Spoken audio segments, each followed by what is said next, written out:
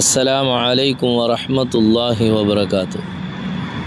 നഹ്മദു വനുസല്ലി അലാ റസൂലിഹിൽ കരീം, അമ്മാ ബഅദ്.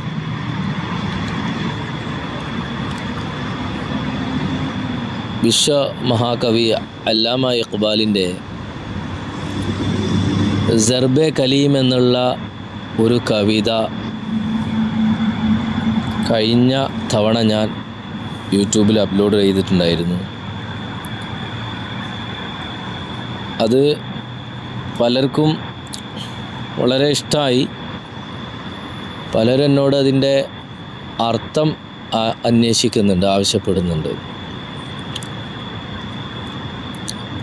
ഖുദി കാ സിർറെ നിഹാ ലാ ഇലാഹ ഇല്ലല്ലാ, ഖുദി ഹെ തീ ഫസാ ലാ ഇലാഹ ഇല്ലല്ലാ എന്ന് തുടങ്ങുന്ന ആ ഒരു കവിത.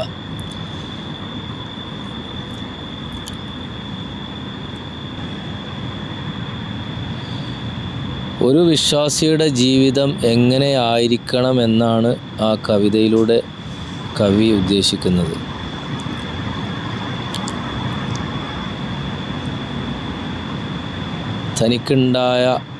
തനിക്കുള്ള ആത്മാനുഭൂതി ഉണ്ടല്ലോ, ദീനനുസരിച്ച് ജീവിക്കുമ്പോൾ ഉണ്ടാകുന്ന ഒരു ആത്മാനുഭൂതി ഉണ്ട്. അല്ലെങ്കിൽ പരിശുദ്ധമായ വചനം കലിമ ലാ ഇലാഹ ഇല്ലല്ലാ എന്നുള്ള കലിമ, അത് ഹൃദയത്തിൽ സൂക്ഷിക്കുമ്പോൾ ഉണ്ടാവുന്നൊരു അനുഭൂതി ഉണ്ട്. അത് കലിമ മനസ്സിലാകാത്ത ഒരാൾക്ക് സത്യത്തിൽ അറിയില്ല. ആ തൻ്റെ സ്വത്തുണ്ടല്ലോ, സ്വന്തത്തിൻ്റെ രഹസ്യം, അതിൻ്റെ ആ ഒരു കലിമയുടെ യാഥാർത്ഥ്യം, ഇതൊക്കെയാണ് അവിടെ അദ്ദേഹം പറയുന്നത്.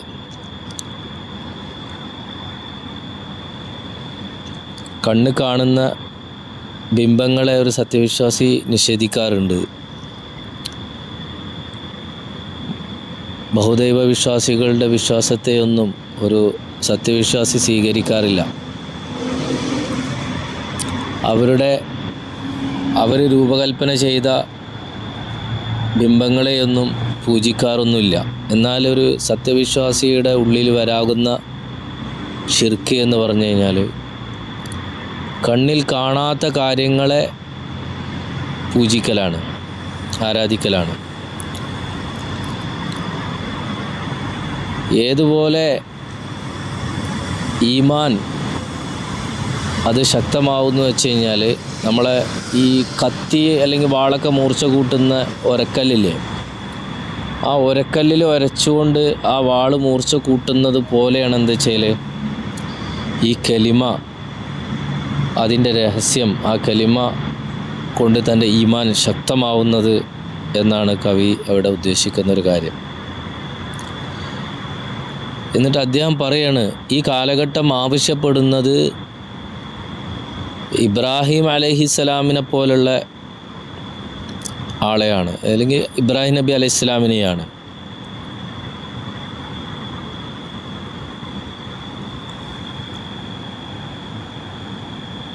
എന്നാൽ അതായത് ഗോപ്യമായ ഷിർക്കുകളിലാണല്ലോ ഒരു സാധാരണ ഒരു മുസ്ലിമിൻ്റെ അടുത്ത് വന്നു പോകുന്ന അറിയാത്ത ഷിർക്കുകളിലൊക്കെ പെട്ടുപോകുന്നത്. അതിന് ഏറ്റവും നല്ലൊരു പരിഹാരം അഥവാ ആത്മസംസ്കരണത്തിന് ഏറ്റവും അനുയോജ്യമായ പരിഹാരം അത് കലിമയുടെ യാഥാർത്ഥ്യം തിരിച്ചറിയുക എന്നുള്ളതാണ്. അതാണ് ലാ ഇലാഹ ഇല്ലല്ലാ എന്നുള്ള വചനം. അതിൻ്റെ അടിസ്ഥാനം എന്താണ്? അള്ളാഹുവിൻ്റെ കൽപ്പനകൾ പാലിക്കലാണ്. അള്ളാഹുവിൻ്റെ കൽപ്പനകൾ പാലിക്കുമ്പോൾ സത്യത്തിൽ സംഭവിക്കുന്നത് നേരത്തെ പറഞ്ഞ പോലെ ഒരു ഒരക്കല്ലിൽ തൻ്റെ വാള് മൂർച്ച കൂട്ടുന്നത് പോലെ തൻ്റെ ഈമാൻ മൂർച്ച കൂടിക്കൊണ്ടിരിക്കും. സ്വന്തത്തിനെ തസ്കിയത്ത് ചെയ്യലാണ് യഥാർത്ഥത്തിൽ ഈ കലിമ കൊണ്ട് ഉദ്ദേശിക്കുന്നത്. അതാണ് ഒരു യഥാർത്ഥ മുഅ്മിനിൻ്റെ ശക്തിയും.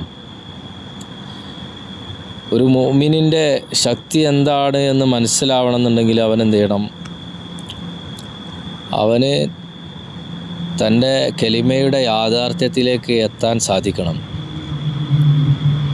ഇബ്രാഹിം നബി അലൈഹിസ്സലാമിൻ്റെ കാലഘട്ടത്തിൽ നമ്രൂദ് എന്നുള്ള രാജാവ് ജനങ്ങളെ മുഴുവനും ഷിർക്കിലേക്കും വഴികേടിലേക്കും നയിച്ചപ്പോൾ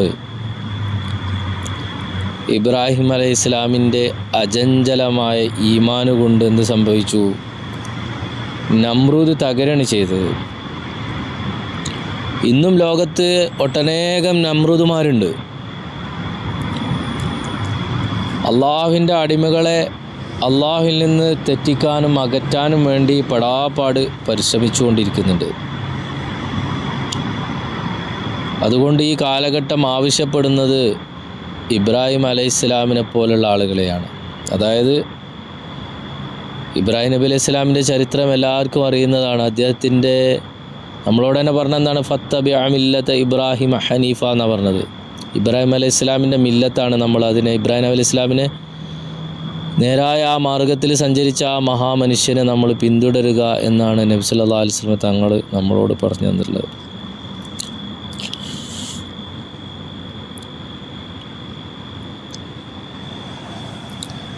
ഈ കാലഘട്ടത്തിലെ നമ്രൂദുമാരെ തകർക്കാൻ നല്ല സമ്പൂർണമായ ഈമാനുള്ളൊരു മുഅ്മിനിനെ മാത്രമേ സാധിക്കുകയുള്ളൂ. ഒരു സത്യവിശ്വാസിനെ തിരിച്ചറിയുക എന്നുള്ളത് അവന് ഗോപ്യമായ ശിർക്കിൽ നിന്നു പോലും രക്ഷപ്പെട്ട് ഏകനായ അള്ളാഹുവിലേക്ക് മാത്രം തിരിയുന്നവനായിരിക്കുമ്പോഴാണ്. മാത്രമല്ല ഹബീബായ റസൂലുള്ളാഹി സ്വല്ലല്ലാഹു അലൈഹി വസല്ലമ തങ്ങളെ പിന്തുടരുമ്പോഴും ആ പരിപൂർണമായ ദീനനുസരിച്ച് ആ നബിതങ്ങളെ പിന്തുടർന്ന് ജീവിക്കുമ്പോഴുമാണ് ഒരു യഥാർത്ഥ സത്യവിശ്വാസിയായി തീരുന്നത്. ഇന്ന് മനുഷ്യനാകട്ടെ ദുനിയാവിനെ വലുതായി കണക്കാക്കി ഈ ലോകത്തിനെ സ്നേഹിച്ചു ഇവിടെയുള്ള കണ്ണിൽ കാണുന്നതും കാണാത്തതുമായ ബിംബങ്ങളെ പൂജിച്ച് ജീവിക്കാൻ തുടങ്ങി. കണ്ണിൽ കാണാത്ത ബിംബങ്ങളെ കൊണ്ട് ഞാൻ ഉദ്ദേശിക്കുന്നത് എന്താണ്? സമ്പത്തായിരിക്കാം, ജനങ്ങൾ നൽകുന്ന അന്തസ്സായിരിക്കാം, അതിലൂടെ ഉണ്ടാകുന്ന പുരോഗതികളായിരിക്കാം. അതിനെയൊക്കെ നമ്മൾ എന്ത് ചെയ്തു? വിലമതിച്ചു കണ്ടു. അങ്ങനെ അവൻ വഞ്ചനയിൽ അകപ്പെട്ടിരിക്കുകയാണ്. അതാണ് ഇവിടെ പറഞ്ഞത്, ഏ മാല ദൗലത്തെ ദുനിയ ഏ റിശ്തേ പേമന്ത് ബുതാനെ വഹം വഗുമാൻ ലാ ഇലാഹ ഇല്ലല്ലാ. ഇത് ഈ സമ്പത്തും ഈ ദുനിയാവിലുള്ള ബന്ധങ്ങളും കുടുംബ ബന്ധങ്ങളും എന്താവട്ടെ, ഇതെല്ലാം ഒരു ഗുമാൻ, ഒരു വഹം മാത്രമാണ് എന്നാണ് ഇവിടെ അല്ലാമ ഇഖ്ബാൽ പറഞ്ഞിരുന്നത്. എന്നാൽ ബാക്കിയാവുന്നതാവട്ടെ ആരാധനക്കർഹനായവൻ അല്ലാഹു അല്ലാതെ മറ്റാരുമില്ല എന്നുള്ള ആ പരിശുദ്ധമായ വചനമാണ്. ഇതൊക്കെ നശിക്കാനുള്ളതാണ്, വഞ്ചനയുടെ ചരക്കാണ്. ഇവിടെയുള്ള ലാഭനഷ്ടങ്ങൾക്ക് സത്യത്തിൽ ഒരു അടിസ്ഥാനവുമില്ല എന്നാണ് പറഞ്ഞു വരുന്നത്.